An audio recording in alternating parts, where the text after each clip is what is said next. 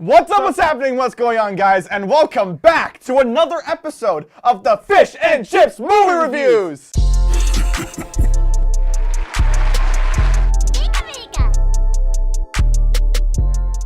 I'm Matt Fiscione. And I'm Sam Chips Cohen. And welcome to the one and the only talk show where we talk about movies, we review movies, and we recommend movies as well. So thank you all for joining us for yet another episode. Sam, before we get into our usual stick, we need to talk about one thing that everyone has been talking about on social media. The one thing that people have been going on and off about, and that is Will Smith revealing himself as the genie in Aladdin.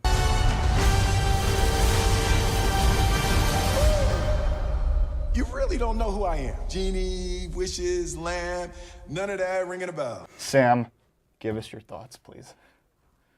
Duh. It ain't genie time, man.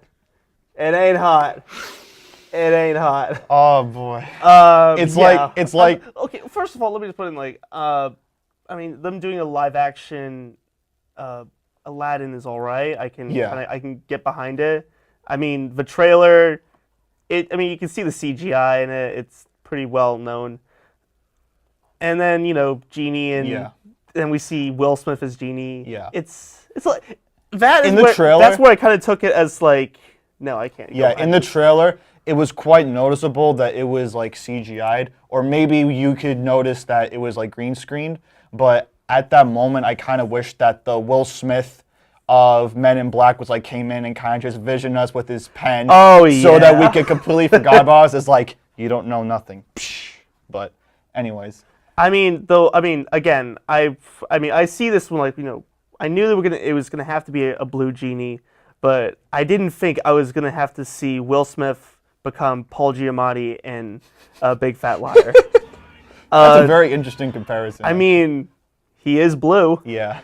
It's very interesting because I actually saw a post on Instagram where they showed two pictures, where the one picture was Shaquille O'Neal and James Cameron's Avatar, and in the caption it said, "These two just had a baby," and just showed Will Smith's genie from Aladdin.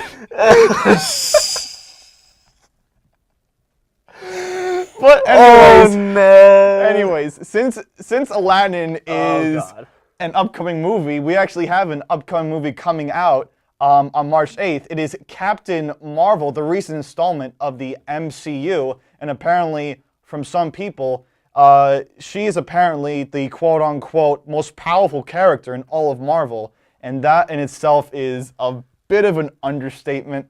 When I see the trailers, it did not feel like a Marvel movie. It didn't scream Marvel. It didn't scream, oh my god, this could be the one person where she could beat Thanos. If anything, this movie almost feels like a ripoff of Star Trek, the live-action Star Trek, the most recent one, actually. I'm not sure if you saw that. But with the whole villain with being green and, with the pointy ears, it just had that vibe of being Star Trek. And, yeah, I'm just not looking forward to this movie. I mean, when I saw Captain Marvel, I was kind of thinking, they were kind of trying to be like a superwoman kind of feel to it. Really? And because it's kind of like the exact same thing. Like, she came from another planet. She is super strong. She is built to be the greatest superhero of all time. Which, if you put it into perspective, sounds like Superman. Just, it's now Captain Marvel, a superwoman. Yeah. So, again, I'm not really interested to go see this as much as, this is like another, Marvel movie, Avengers, kind of, feel to it. Yeah. I don't feel like seeing this. Yeah. It's interesting because a lot of people have been saying that not only is that she's going to be in Endgame, but a lot of people have been saying that she could be the one person to beat Thanos. If anything, it should be either Iron Man, Captain America, or hell, even Thor to beat Thanos. Why not Spider-Man? I would love to see Spider-Man beat him. That would be fun, because you just see Spider-Man being all cocky, and then he just beats him and be like, okay, that's good. Yeah, it would be interesting though if Thor would just be interested in some sort of way, and then saying to Thanos the same kind of way that he said to Thor right near the end of Infinity War, Thor saying to Thanos, "You should have gone for the head," and that would have been interesting. But That would be very interesting. But anyways, that is an upcoming movie coming out March 8th. And in terms of movies that we were seeing before, Sam, I believe you have a movie to review for us today. Yes, we do. So, the movie I picked is based off of a book. And just recently, why I would talk about it is that it was a TV movie series. Also another adaptation. So this is the first adaptation of the book. And the book is called Watership Down. This came out in 1978. It's an animated movie. It's all set in a countryside of England. God save the Queen. And the story is basically an animal movie, basically all about rabbits. So you kind of get like feel of like any animal movie. Almost like Peter Rabbit. Yeah, sort of it, but like a lot more darker in a kind of sense. So this story is all about the three main rabbits are Bigwig, Hazel, and Fiver, and they take a bunch of rabbits, including themselves, across meadows and fields to find a new home because Fiver has visions, and he had a vision that their old warren, which is kind of like a home for rabbits, would be destroyed by something. Did not know what, but we find out later that it was destroyed by humans. Yeah. And along the way, finding their new home, they encounter those who would help them, as well as other creatures, animals that would try to kill rabbits, humans, and also other rabbits, and which would bring to the main antagonist of the movie, General Woundward. The kind of like a really good quote of like that's kind of like starts off the movie is kind of like, all the worlds would be your enemy. Right. And whenever they catch you, they will kill you. But first, they must catch you. So is this like a live-action movie, or is this like an animated movie? So this is an animated movie. Okay. The new one is kind of a CGI-ish kind of movie. It's kind of like what the new Lion King was going to kind of be. Gotcha.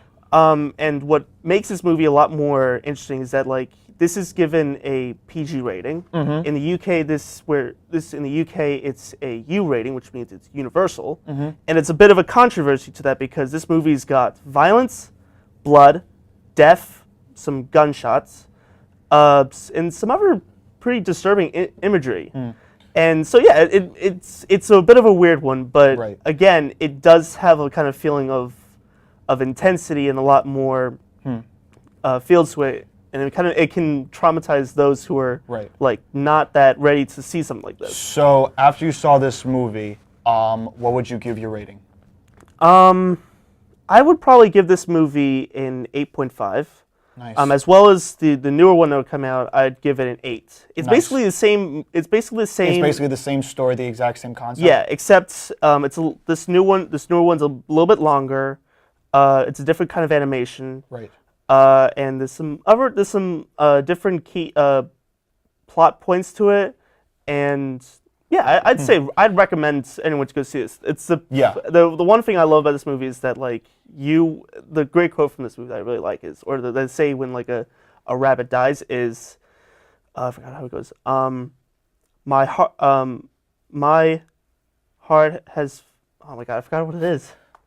Well, my heart has stopped, or something like that, for my friend. My heart has joined the thousands, for my friend has stopped running today. It's a very interesting quote. It looks like it's a movie that I have to check out for myself. And on that note, we are all out of time, guys. Thank you so much for watching. So until next time, I'm Matt. And I'm Sam. And join us next time for our next episode of the Fish and Chips Movie Reviews. Woo! Further, the Dean Athletic Program. We are all looking forward to seeing what you do next. Go Bulldogs.